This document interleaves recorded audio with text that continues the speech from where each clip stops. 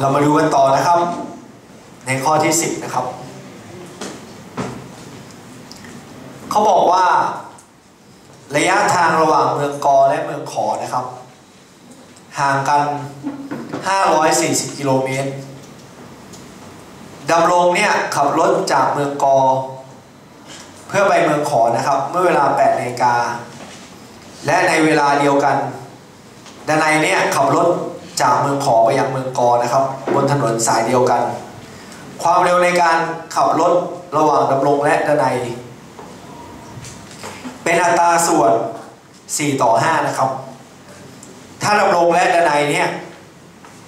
ขับรถมาพบกันเมื่อเวลา 11 นาฬิกาจงหาว่าดำรงและดนัยขับรถเร็วชั่วโมงละกี่กิโลเมตรเราจะวาดรูปประกอบนะครับเมืองกอ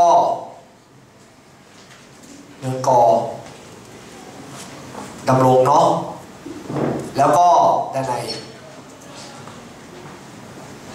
นี่เมืองขอ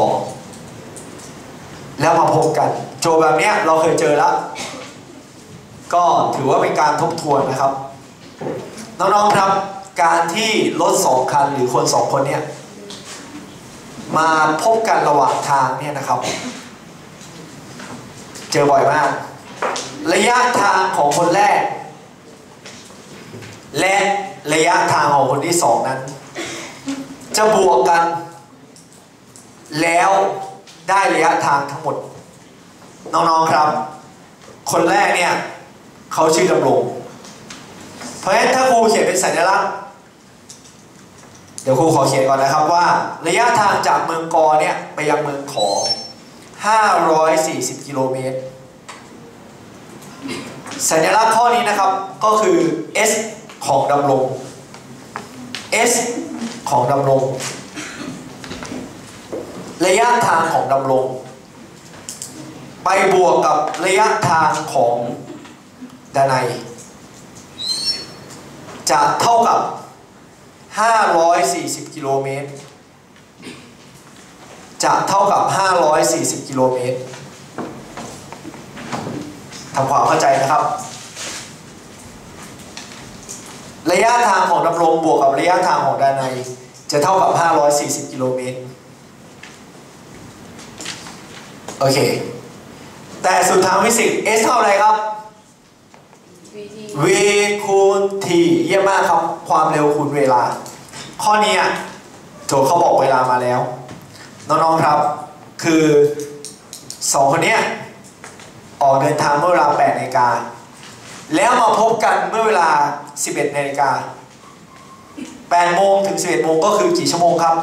3 ชั่วโมงแสดงว่าแต่ละคนเนี่ยใช้เวลา3 ชั่วโมงระยะทางของดำรงเกิดจากความเร็วของดำรงคูณเวลาที่ดำรงใช้แต่ความเร็วของดำรง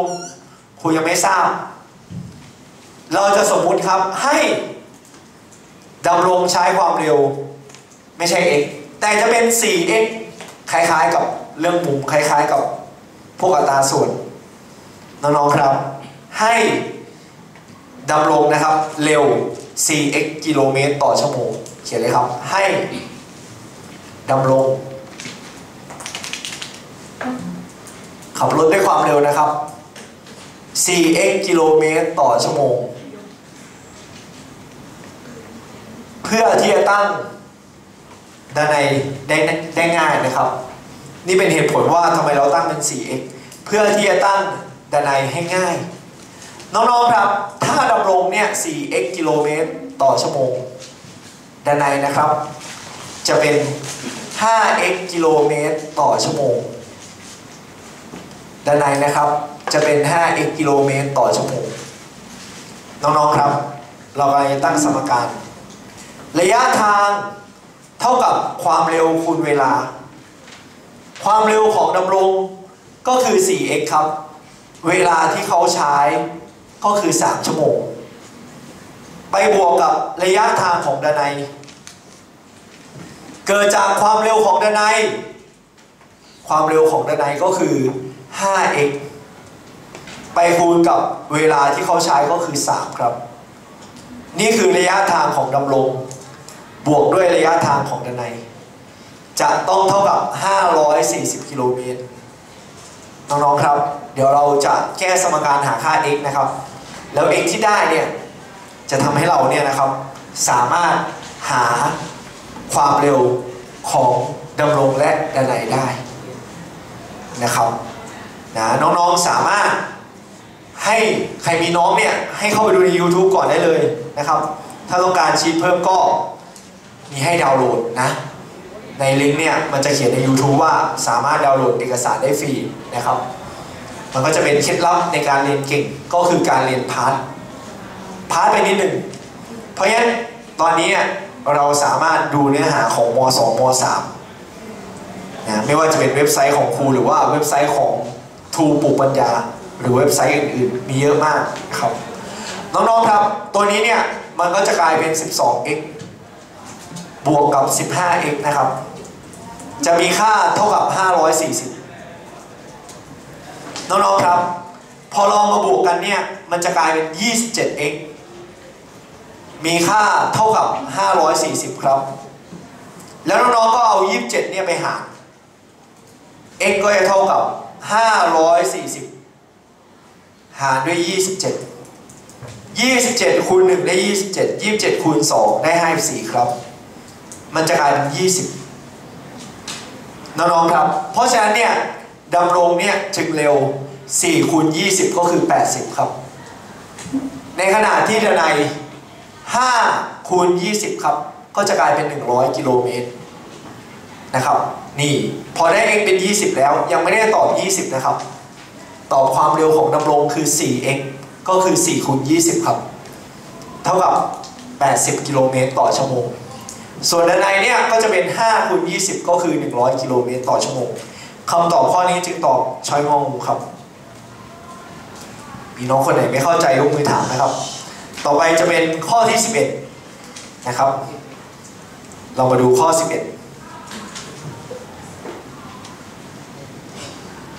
ลองอ่านโจทย์ดูนะครับลองดูเป็นทักษะเนาะ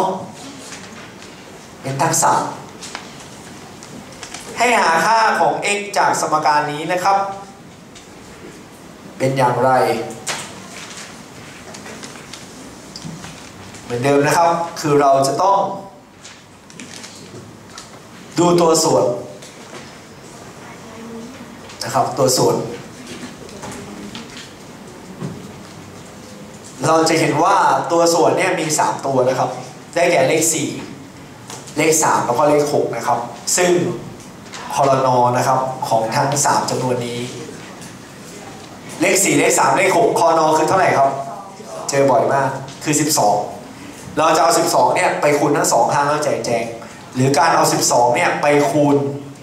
นะครับทุกพจน์ก็ได้12คูณพจน์ที่1 12คูณพจน์ที่2 12คูณพจน์ที่3นะครับ12คูณทุกพจน์ตรงนี้นะครับ12คูณพจน์ที่1ตัวนี้ครับ12คูณพจน์ที่2ตัวนี้ครับ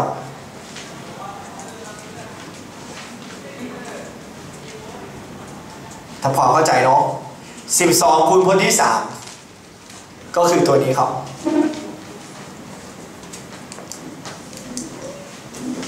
เรียบร้อย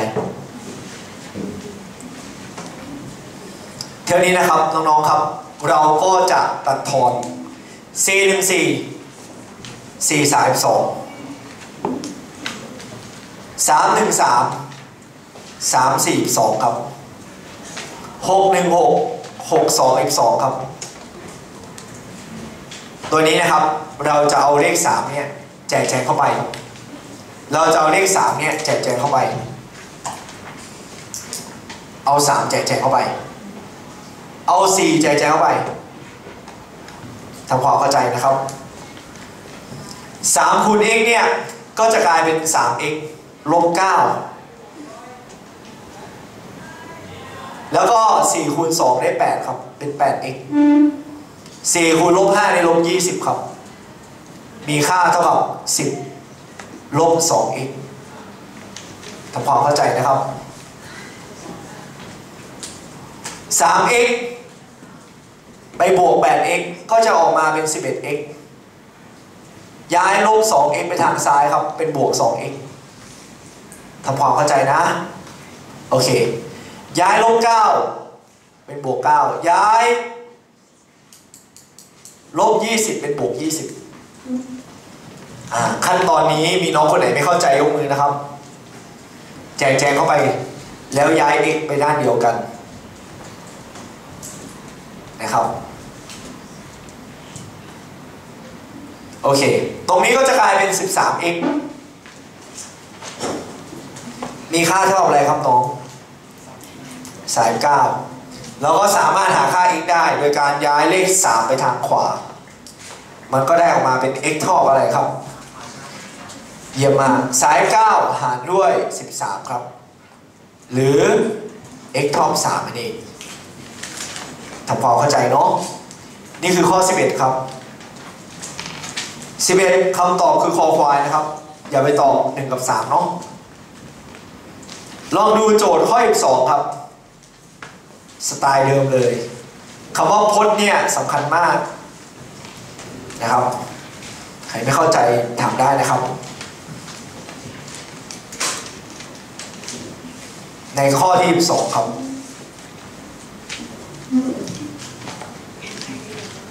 หาคอรนอของตัวส่วนเลยนะครับหาคอรนอของตัวส่วนนะครับ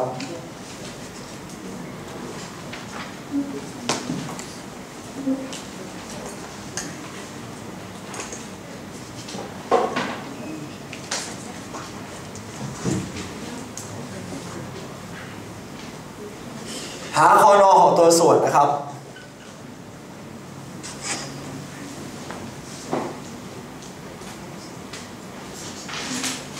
น้องๆครับ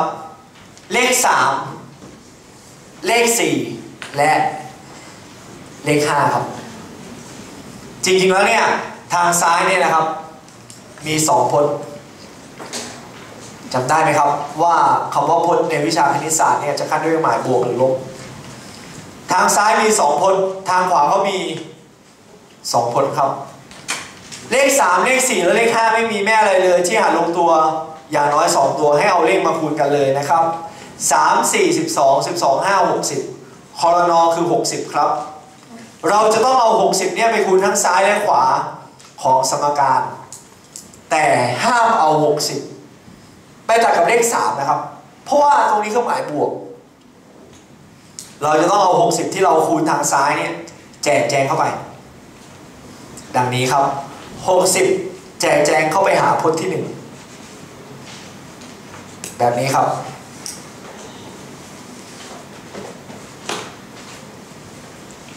60แจกแจงเข้าไปหาพจน์ที่2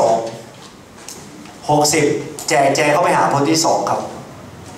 คือตัวนี้ทำความเข้าใจ60แจกแจงเข้าไปหาพจน์ที่3ครับคือตัวนี้ครับ60แจกแจงเข้าไปหาพจน์ที่3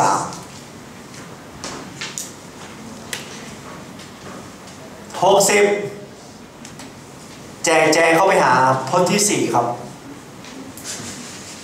ทำความเข้าใจขั้นนี้น้องคนไหนไม่เข้าใจยกมือนะครับถามได้เลยแล้วเราก็ตัดทอนนะครับ3 คูณ20เป็น60 4 คูณ15เป็น60 5 คูณ12เป็น60ครับน้องๆครับ20คูณ1จะกลายเป็น20มันก็จะกลายเป็น20คูณด้วย x บวก1ครับ20คูณด้วย x บวก1 15คูณ1ได้15คูณด้วย x บวก3ครับจับมาเท่ากับ12คูณ1ได้12แล้วคูณด้วย x บวก4ครับ16คูณ6ได้96ใส่สูตรตัวหนึ่งเป็น960ทำความเข้าใจเนาะ แล้วเราก็20เนี่ยแจกแจงเข้าไปเอาเลขนี้แจกแจงเข้าไปแล้วเอาผลที่คล้ายกันมาบวกลบกัน20แจกแจงเข้าไป15แจกแจงเข้าไป12แจกแจงเข้าไปนะครับตรงนี้ก็จะกลายเป็น 20x บวกกับ20 20x บวกกับ20บวกกับ 15x บวก 45มีค่าเท่ากับ 12x บวกด้วย 48แล้วบวกด้วย 960ทำความเข้าใจนะครับตัวนี้ก็จะกลายเป็น 20x บวก 15x กลายเป็น 35x นะครับแล้วก็2ตัวนี้บวกกันก็ได้65